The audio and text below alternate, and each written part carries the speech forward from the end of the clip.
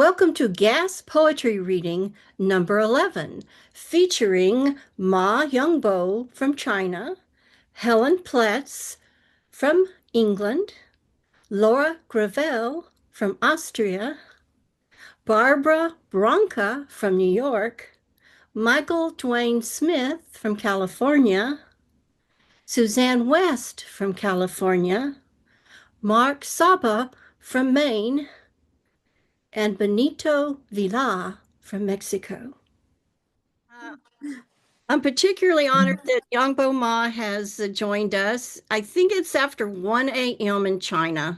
It's about 8 hours It's ahead of me. So, yes, 2 o'clock. No. 14 hours ahead of me. We're keeping you up, Yongbo. He is a night owl. Well, that comes in handy. So, Helen, I'm going to ask you to introduce Yongbo. And then after the introduction, Yongbo, please share with us 2 or 3 of your poems in English, if you like. Okay, Helen. Okay. So I will introduce Yongbo. So Yongbo is very talented, very, very brilliant man.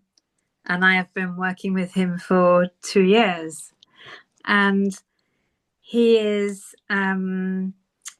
really unusual poet because his writing is not typical of Chinese contemporary poetry. He is a trendsetter, and so his influence is great in Chinese contemporary poetry. So he's published 9 poetry collections, and he is representative of Chinese avant-garde poetry. He is the founder of polyphonic writing and objectified poetics. And he is also the primary Chinese translator of Western postmodern poetry on the mainland. And he's been doing the translation of mainly American poetry for about 40 years, as long as he's been writing. And so he is the primary translator of Dickinson, Whitman, Stevens, Pound, Williams, and amazingly Ashbery. And he's published nearly 80 books in translation, novels and poetry. And his collected works came out last year, 4 volumes, comprising about 1,178 poems. He's a significant contemporary Chinese poet, and we're really honored to have him with us, because it's not very often that we get to hear about the talents of mainland Chinese poets that are living in China. He also is quite committed to translating many different poets from different parts of the world now. So although he's the leading translator in Chinese, he's a significant friend to have in poetry at the moment. And his talent for translating is that not only can he tell you the meaning, but he can also feel how the poet feels. And so if you can imagine anybody trying to understand Ashbery in English is a bold move to understand and translate it into Chinese. He did significantly pick up on much of how Ashbery, his sensibilities, because he and I, in looking at his work in translation, I can see that he connected with Ashbery. He connected with Williams and Pound. And he did teach the Western Cultural Studies at Nanjing for 18 years. So he's very familiar with Keats, Yeats, Blake, Seamus Heaney. We were just talking about Seamus Heaney earlier. He's really a trendsetter. So welcome, Ma Yongbo. Okay, Ma Yongbo, and when he publishes it, appears as that's right, Ma Yongbo. Yeah, that's the Chinese formal arrangement. Yes. Okay, Yongbo, please read for us. Thank you, Helen. You are very welcome. I'm only a humble point. I will share some little poems. The first one, Father's Little Boat. He lies all night in the darkness of God, frail as winter's breath. He sits all night within his darkness, like a winter branch trembling from the effort of stillness. She sits beside him all night, watching the Father's darkness, listening to the careful breath of the dark, listening to the broken winds of another world. They are father and daughter. They have both grown smaller, clenching the boat's edge with stiffened fingers. All night they drift on a narrow gondola. He flows downstream, drifting toward the stiffened heavens.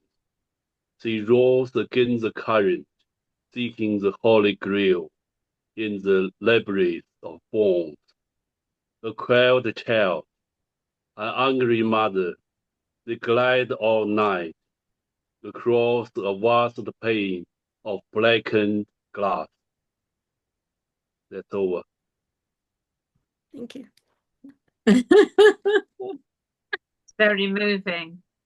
Okay, please tell us more. Share some more with us, please. Another little poem named Eternal Day. This poem is English version is done by Helen Pletts herself without my assistance. Eternal Day. Life is the part we haven't lived yet. We are just the part we have left. I have to write something to make certain this day is different from yesterday. Many times I write the same word. Night falls so quickly, it's surprising, like a night approaching traveling water. Okay. Beautiful. One more short one by you. The next is principles. You must write about the sense of impotence after the heart has been gorged out. You must write about the feeling of having lived countless time. You always sensing that you have never truly lived. You must write about the sensation of being disconnected from all things, the feeling of one thought mistaken with another, the sense that what has already happened is bound to happen again. Most importantly, in the meantime, regard yourself as the spirit of the dead, and because of the passage of endless time, never be able to return to the world of the living. Thank you. Oh, thank you very much. That was so good. That was so good. Helen Pletts from Cambridge, England. We want to tell us just a short introduction about what you're up to in the poetry world and just a couple of poems, please. Yes. So, as you just heard Yongbo, I work very closely with Yongbo and we translate each other's work.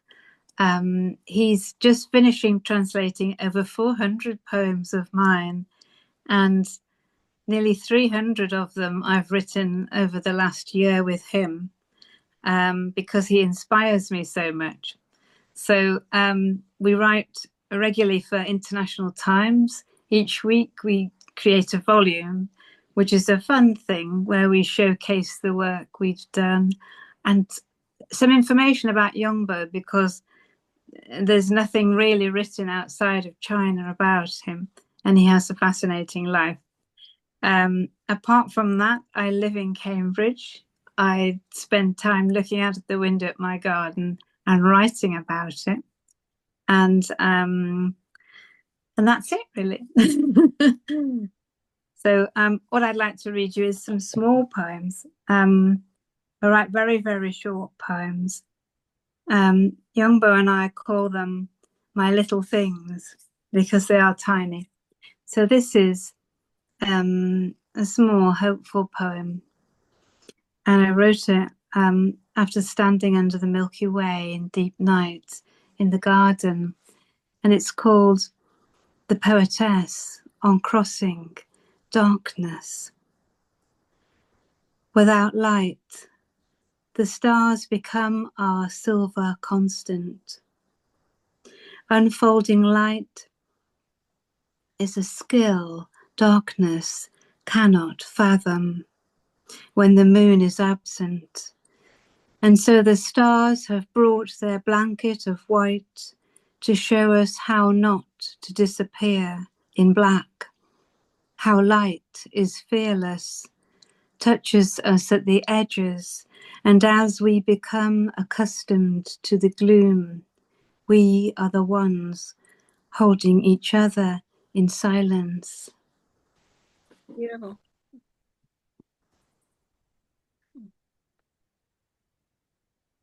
Go ahead. I'm going to read this one because, as you know, Belinda, I've been quite ill recently and I'm better now. But during the time I was ill, there were some tiny, tiny moths that appeared in the house. And so if I woke in the night and I couldn't sleep, they seemed to be there with me. So this was written close to midnight with the full moon. And there are tiny moths inside the house, and they are most welcome. And every time I see them, there seem to be more. And it's called We Think of White and She Appears. And I wrote it for Yongbo because he and I have written a lot about the moon. So we think of white and she appears. In the darkness, she distills us, still in her completeness, both sides waking at once. The small echo of an edge somewhere has already left darkness, and the silver fire has caught us, our fragile faces, thinking and memory are darting moths, one against my lips, so small and startled at our collision. They take in the electric light and multiply, hover above the stairs inside the remaining room, where light is always moving, and so are we. Okay. Thank you so much. Beautiful, beautiful. Thank you. Okay. Let's hear from Barbara and Branca from New York. You want to tell us just a little bit about what you're up to in the poetry world, and then read, sing, whatever you'd like to do. Sure. Well, I was really happy to just hear these poems from Helen and Yongbo right now, and to know that he's also translated Whitman. So I've been doing a lot of things with the Walt Whitman birthplace, which is close to where I live on Long Island. That's where Walt Whitman was born. And also that's where the poet George Wallace, who's kind of an international figure, is writer in residence. So one of the projects that's been happening there is because of our political situation right now. Many of us have contributed to a volume on democracy. And in many ways, like my more radical friends have had their poems rejected because they wanted to do something that could be used like in schools and so on. So they didn't want to have anything too out there. So I wrote something that I think is kind of very basic, but I think I'll read that one to you because I'm going to read it tomorrow. And it's all true. What we learned in grade school. We were lucky because we could walk to our brand new school. We read from our readers and wrote script according to the Palmer method. Our teacher challenged us to read the newspaper. She said it was at 5th grade level, like us. We learned the Russians were launching a big ball called Sputnik. It was going into outer space. But the Russians were communists, and we are a democracy with a constitution and an elected president. In music, we put on a play from England called HMS Pinafore. It was kind of silly, but we learned that HMS meant His Majesty's ship because ships belong to the King of England, and England is a monarchy with a king, and we are a democracy with a constitution and an elected president. In social studies, we learned about the Constitution and the Bill of Rights, which all had numbers. We tried memorizing them, at least the first few important ones.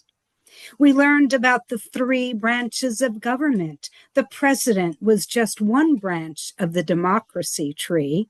There was also Congress that made laws, the judicial with courts and judges that upheld the law of the land. Everybody knew the Constitution came after the Declaration of Independence and the American Revolution. The Declaration was shorter than the Constitution and fit on one page. There was room for all those signatures, especially John Hancock's. His bold strokes encouraged us to practice our penmanship. The Constitution encourages us to practice our citizenship. Wow. Very good. So it's what we learned in 5th grade. It's kind of basic. But anyways, I will sing something later if there is time. Do you have a short poem, another one you'd like to read? Yeah. Night in the Grand Hotel. Sitting at the Grand Bar alone, high in the Grand Hotel. Champagne flute, order of divers scallops, quinoa with foraged mushroom. I see myself in an elegant mirror as I wait for you. A ginger nurses his Kettle One martini, a lovely coquette pirouettes on turquoise suede heels, a server in designer backless black, satin sash strategic above her derriere. Fading smiles turn from the elegant mirror. That night with you in the Grand Hotel, I dreamed a refugee.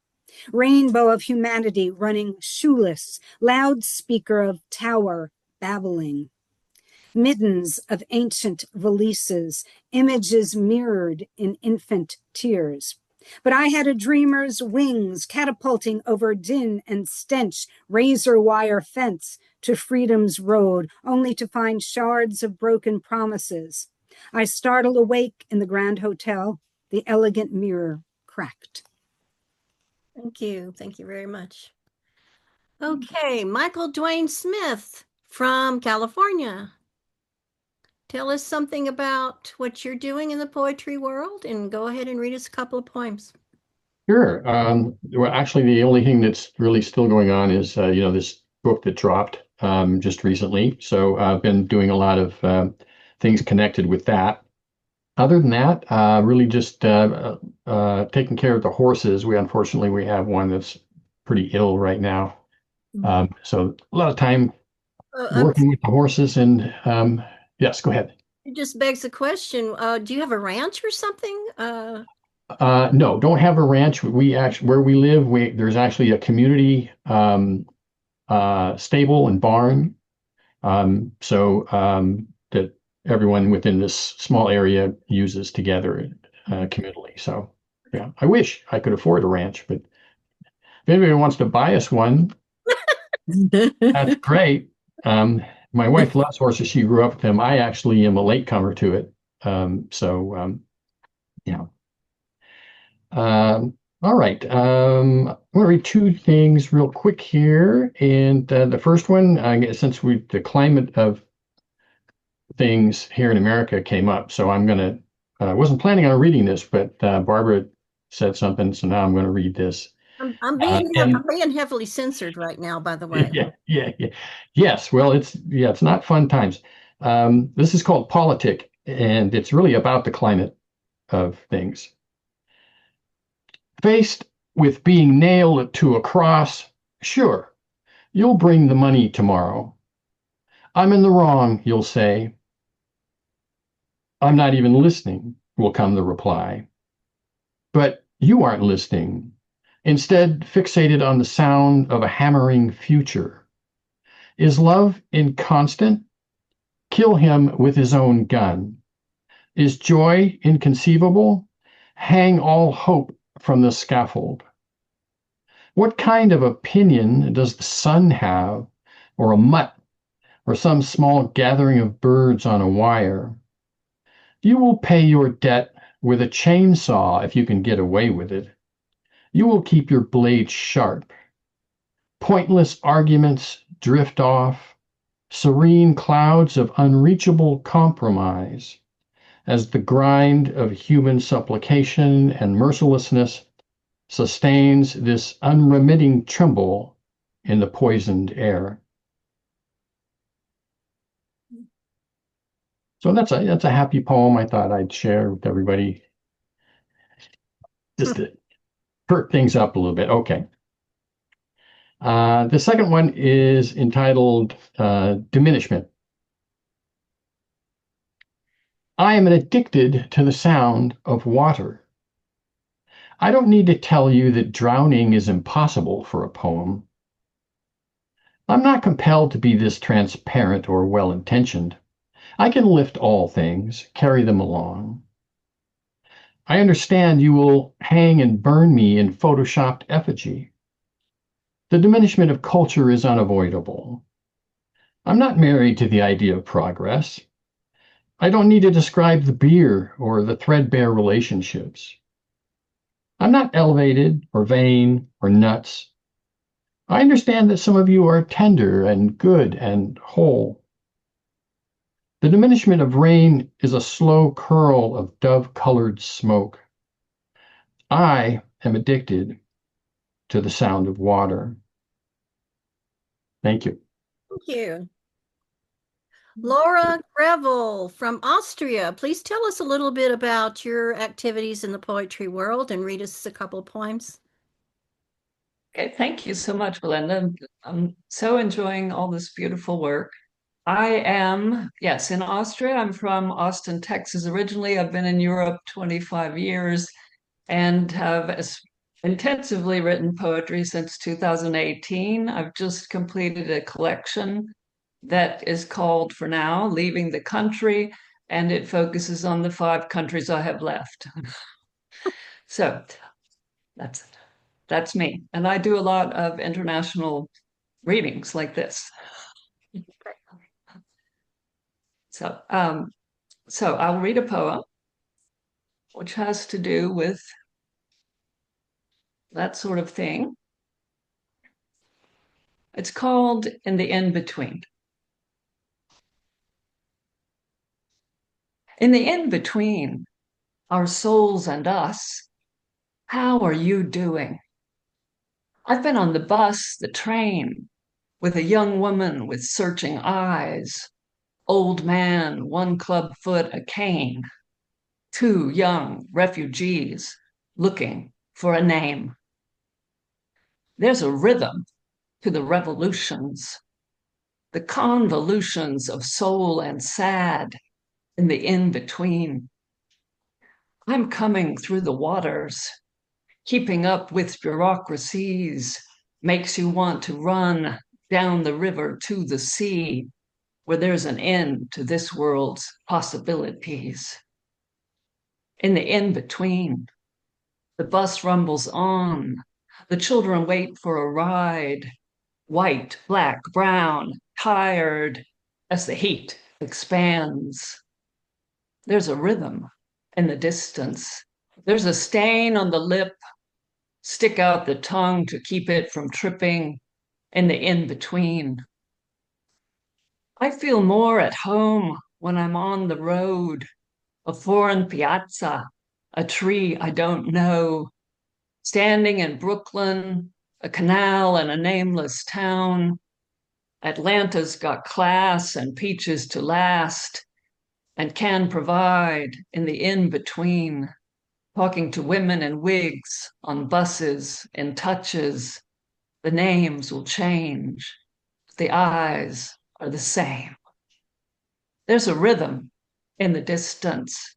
There's a light with right in the in-between, the exchange, the liminal space between wallpaper and labor, the farm and the city, where once I lived feeling lost and pretty. Then, as a farmer working, digging in soil to clear the air with spade and prayer in the in-between. The cars keep coming from east and west. The Russians are coming before we get dressed. Luda's back from Kharkiv, while the French drive best. To the sea for respite in spite of the stink, the highway an infernal internal link. The Germans drive south, the Italians north. The Czechs take a plane to chase in between, the in-between. Can't drive there, though some cultures try. Will they ever arrive between me and my, between sane and inane, between peace and war? There's a rhythm in the distance. Take the door to the other, the side of this wall, the in-between, the reflections of the soul, the reflections in the mirror. Stay awake through the night till you abhor the light. Call out for the God who will bring you back home, a place that once existed, now is rented out to the enlisted students of time who still beat with the rules of their hands, the gophers of lands that build dictate with syntax. In the in-between, the rhythm in the distance, here and there, we dance the tango with the bus and the train, the searching young woman, the old man with the cane, the two refugees waiting and waiting for the end station's name. Woo! Thank you. All right. Thank you, Laura. Susanne West from California. Would you like to say something about yourself and read us a couple of poems? About myself. Let's see. I have a couple of features that I'll be doing in the next couple of months, and I'm very focused on creating writing exercises and practices to teach that will be helpful for people in these times. I have one I'm putting together called Writing and Resilience. So that's a big focus right now. Okay, this is called Life Web. Young children say hi to squirrels, butterflies, plants, bees, converse with ducks, trees, the creek. They cry when we kill spiders. My granddaughter talked to flowers, chairs, doors until she was 5. They know their place in the web of life. They know oneness.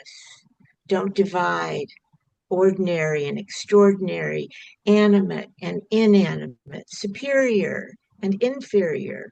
Human exceptionalism isn't a thing. Young children know there is deep wisdom in every form and in the formless, that a wise web connects us all. When I remember to dethrone myself, break the spell of separateness, remember that I am birdsong and the sycamore roots, that I am the moaning glaciers and grieving elephants. I'm humbled. I remember my place. Thank you. Thank you so Thank much. you. Okay, let's see. Mark Saba from Maine. I hear you have a new poetry book coming out. Yeah, it should be out next spring. It's called Looking for Kerouac. But I'm going to read a couple other poems that I just wrote recently Okay. in that collection. I was recently in Dublin, and I went to the Trinity Library, which is gorgeous if you've ever seen it. And half the books were missing because they're in the process of cleaning them and restoring them. So this is called Vacuuming the Books. The young conservator holds the vacuum in place, slowly brushing along bound pages.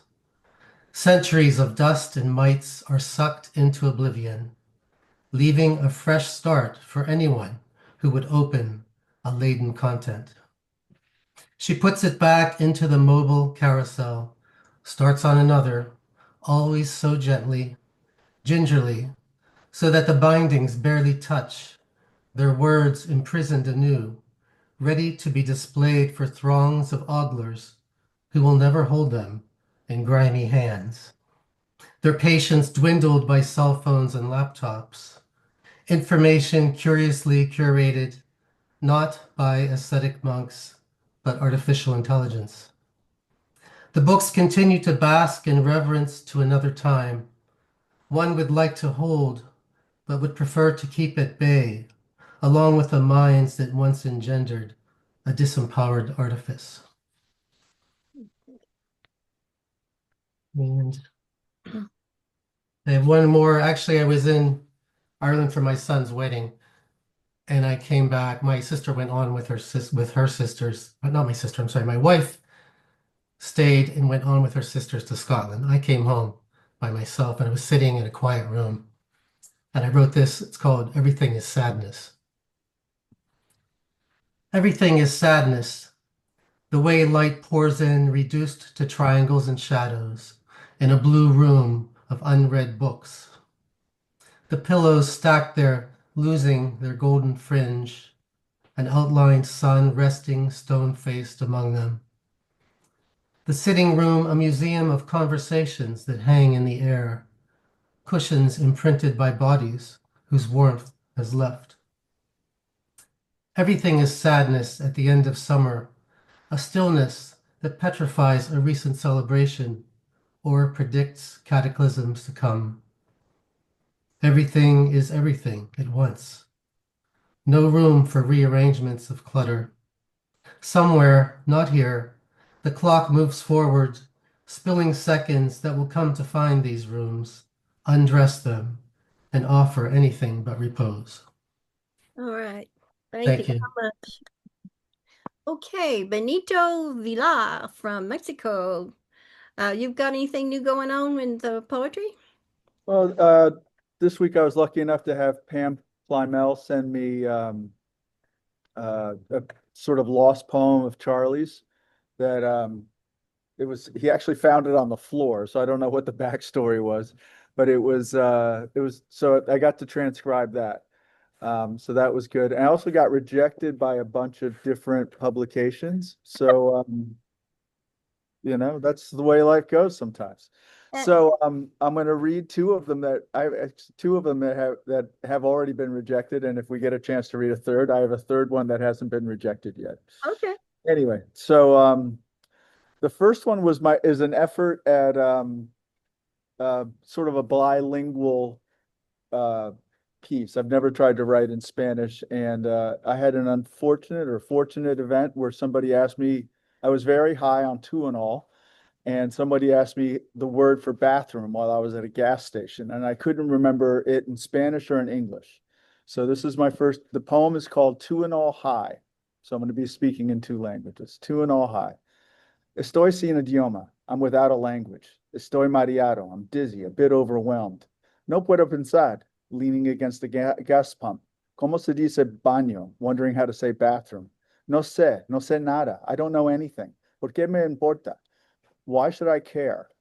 ¿Por qué me pregunta? Why are they asking me? If they need to pee, they can go out back behind the building. Me, I'm fine. Déjame aquí, déjame solo. Leave me here, leave me alone. I'm way too high to talk. How do I say alguien tiene un cigarro?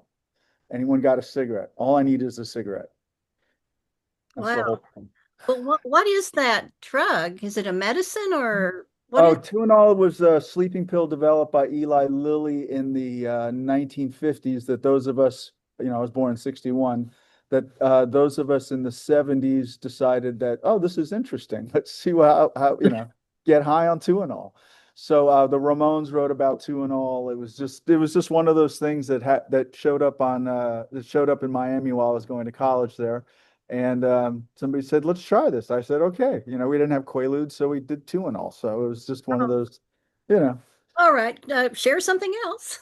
hours of misspent youth. This one I wrote a while ago, and when I was looking for what to read today, it seemed appropriate, and then it was rejected yesterday. So here it goes. It's called A Ride of Understanding. I stand before you reading aloud from my hand, flesh and blood, an aspect of me you see, alive in a surprised mind that imagines circles, opens doors, wanders on, wanders off, a blooming mind that struggles to believe we each bear the maul of death, that we each rip and crumble as easy as a leaf. Glory, glory, hallelujah. The news is meant to lose you. Glory, glory, big blue flame, another shooter, more names. Glory, glory, how is this allowed? Who's in charge? Get loud. It's all the same. Crosses, stars, penises, pussies, and moons. The sun, too. The pain of centuries, symbols misunderstood, misused, abused, saluted as being this and that. People turned into things they're not, like Jesus, Mary, and Joseph. The preacher who forgot how humor and honesty are a lot more real, much lighter, more attractive than anything solemn, religious. You take me places I wouldn't go on my own. I need my ears, eyes, and heart for that, more than I need my mouth or my mind or any of the histories I like to repeat.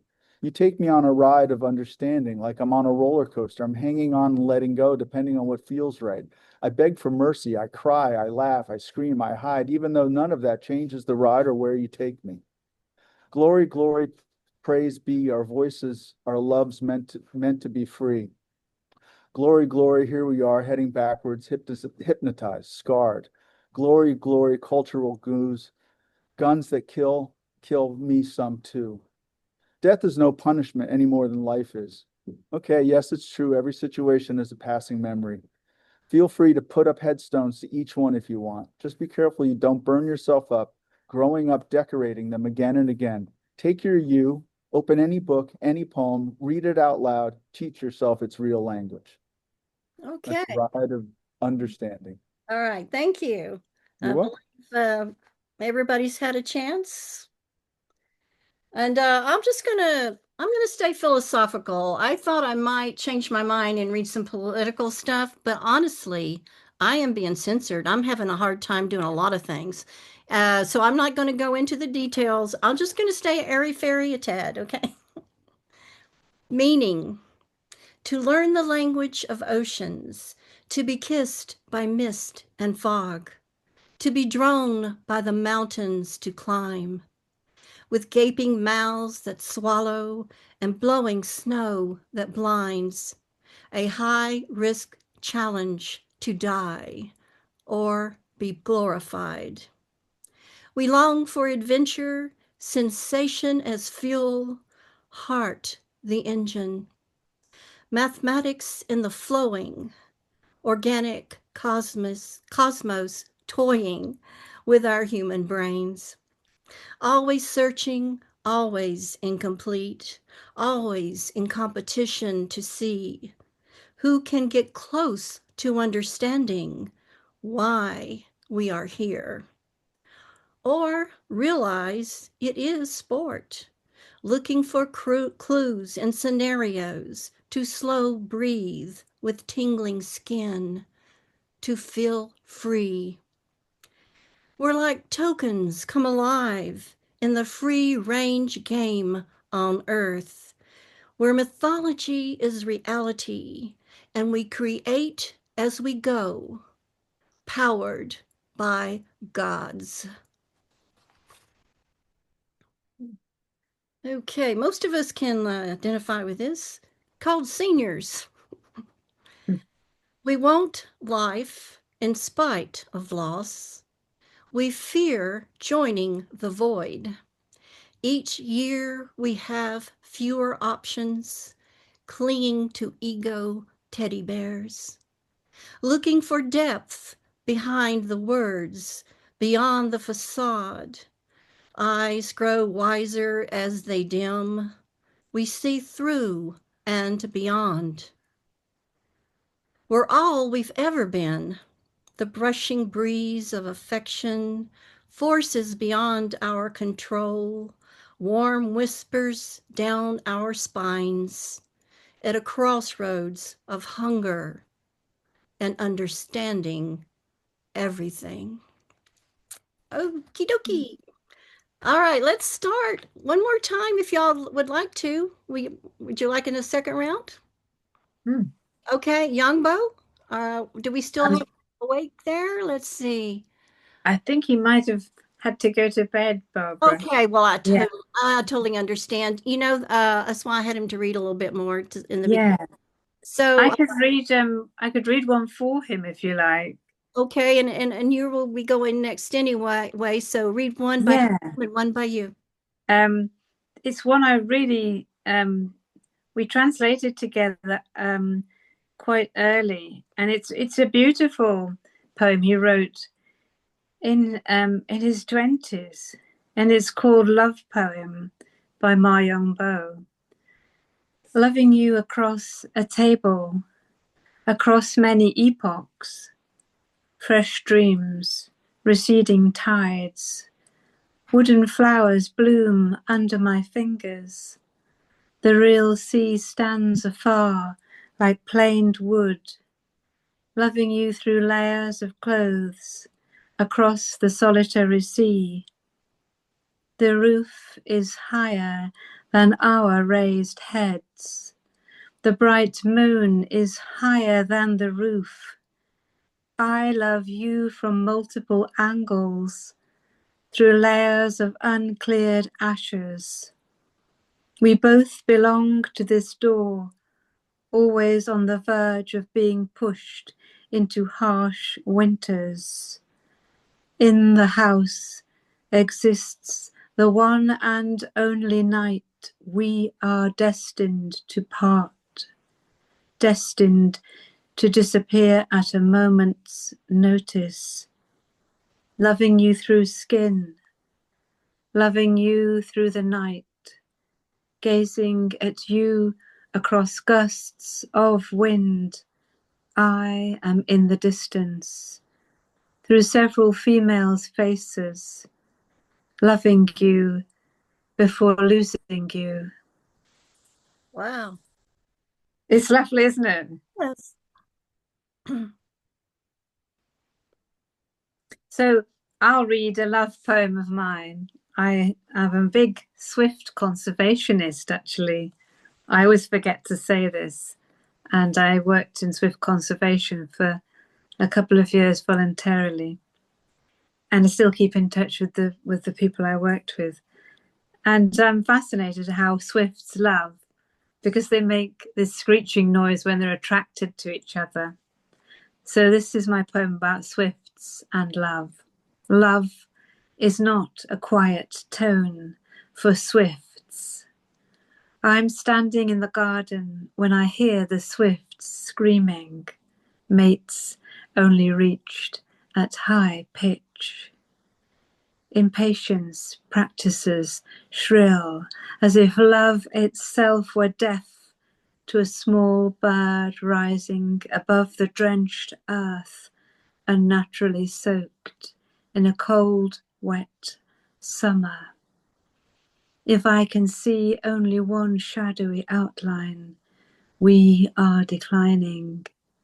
If there is a pair heady in a sudden thermal, there is an understanding that passion screeches at an audible height, volume up and climbing ever higher on a curved wing cutting through grey clouds, sharp as a scimitar. All right. Thank you. Thank you so much. Barbara Branca, would you like to share something? Yes, I have been writing songs and with other people's poems, and I'm going to sing something. It's short, pretty short, and it's a poem by Lawrence Ferlinghetti, which he wrote in 2007. And it has a lot to do with what's going on now in the United States, I think. Pity the nation whose people are sheep and whose shepherds mislead them. Pity the nation whose leaders are liars, whose sages are silenced, and whose bigots haunt the airways. Pity the nation who raises not its voice, but aims to rule the world by force and by torture, and knows no other language but its own. Pity the nation whose breath is money and sleeps the sleep of the too well fed. Pity the nation, oh, pity the people of my country. My country, 'tis of thee. My country, tears of thee. Sweet land of liberty, sweet land of liberty. Wow. All right. Thank you. Laura Grevel. Is it Grevel or Grevel? Well, German, it's Grevel.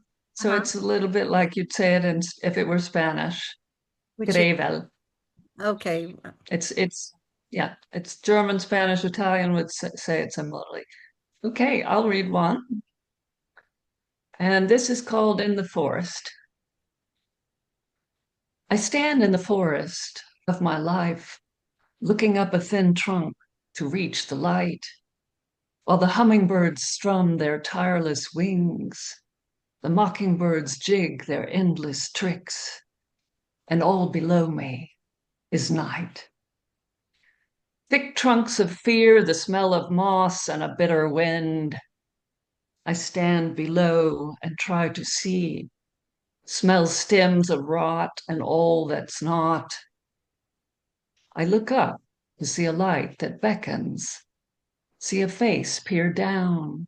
She looks like me. I stand in the crowded forest in my head, look up to view past lives I've led. I see a young girl marking wishes on brittle sticks. I see the middle years counting strands on children's heads. I see the old years walking lands on moving sands. I see it takes every second of every breath of every day of every life I've ever lived. And the mockers call beneath the tree and walk in segregate geography. And the hummers hum beneath the tree and sigh in time with no one near or free. And I stand, I wait for the nightingale's high trill to reach my will, to tell me just what would be right in the crowded forest of my night. All right. Thank you. Mark Saba. Is it Saba or Saba? It's Saba. It's Huh? actually Saba. It's a Sardinian name. It's actually also common in Lebanon and Palestine, I've heard. So I'm going to resist reading a political poem. Instead of reading a poem about trees, I looked out the window one night and I saw the tree branches shadows on the ground, and it looked to me like they were communicating. So I wrote this called The Trees Lay Their Shadows. The trees lay shadows in moonlight over snow. The deer and fox have passed. A barred owl rests on dark branches. The hardened life of oaks and pines falls effortlessly to the ground. They have all night to reach out, celebrate this ghost that flows over snow, synapses that fire without sparks. The shadows move with the curving light, elongate, then shorten, bask in conversation. Who knows what they have unentangled during this mystery of wholeness, allowing a mirrored life, absent in the tangled light of summer. All Thanks. right. Thanks so much. Mhm. Susanne West.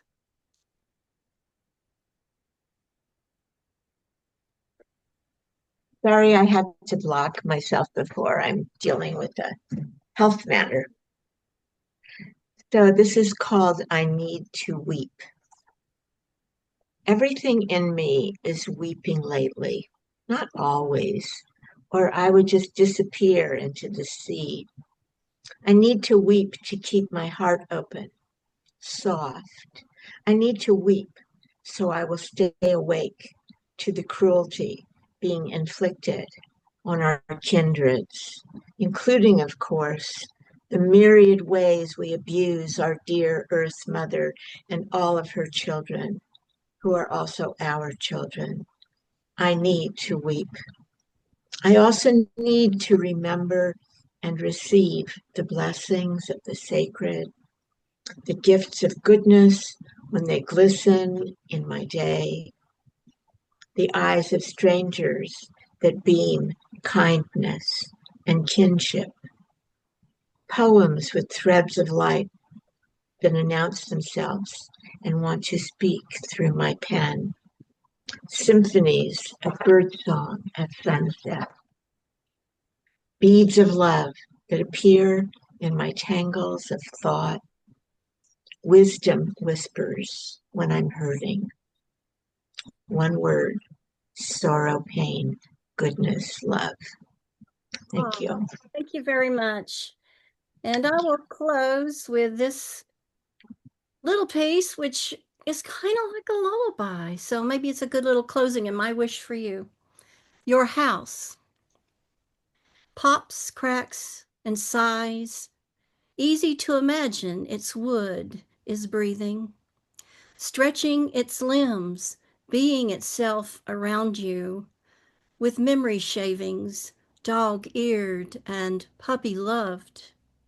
White noise blows through its vents and monotones you to sleep, with blood pulsing through your vein network, the tree inside you. A train whistles 10 miles across the desert. Someone is going somewhere while you are still. You are safe and calm, we imagine, inside the womb of your house. Thank you all so much. Beautiful listening to all of you. Such great sharing. Just thank you so much. I hope to see you all again. I will probably send invitations. Just tell me you're coming if you can. And if you can't, ignore me or tell me you can't. All right. Thank you, Belinda. The next time we meet, bye-bye. Thank you. Bye-bye. Thank you. Bye-bye, everyone. Bye-bye. Bye-bye.